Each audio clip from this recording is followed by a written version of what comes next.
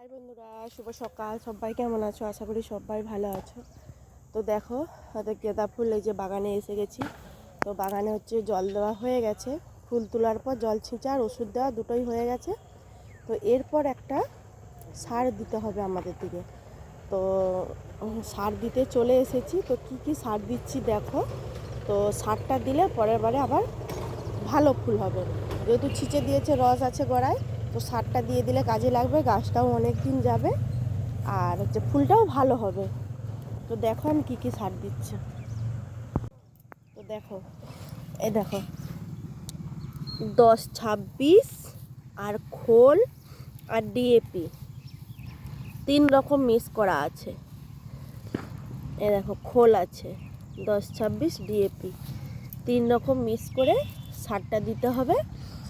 তো এটা 4 KG 5 KG সার আছে, 4 কাঠা জমিনে 5 কেজি সার আছে। জামবাটি করে নিয়ে নিচ্ছি। এ দেখো ঢালছে, পড়ে না যায় আস্তে আস্তে। এইটাই ঢালো, কম কম করে ছড়িয়ে ছড়িয়ে দিতে হবে। 5 কেজি সার আছে মোট, 4 কাঠাও নয়, জমিনটা কম আছে, তো পরিমাণে একটু বেশি দিলেও ক্ষতি নেই। কীরকম সারটা দিচ্ছে হাতে নে, হাতের দেখাও।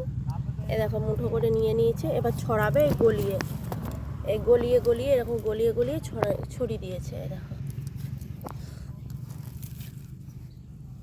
এরকম করে করে পুরো বাগানটাই আমাকে দিতে হবে, যেন পুরো গাছে পড়ে।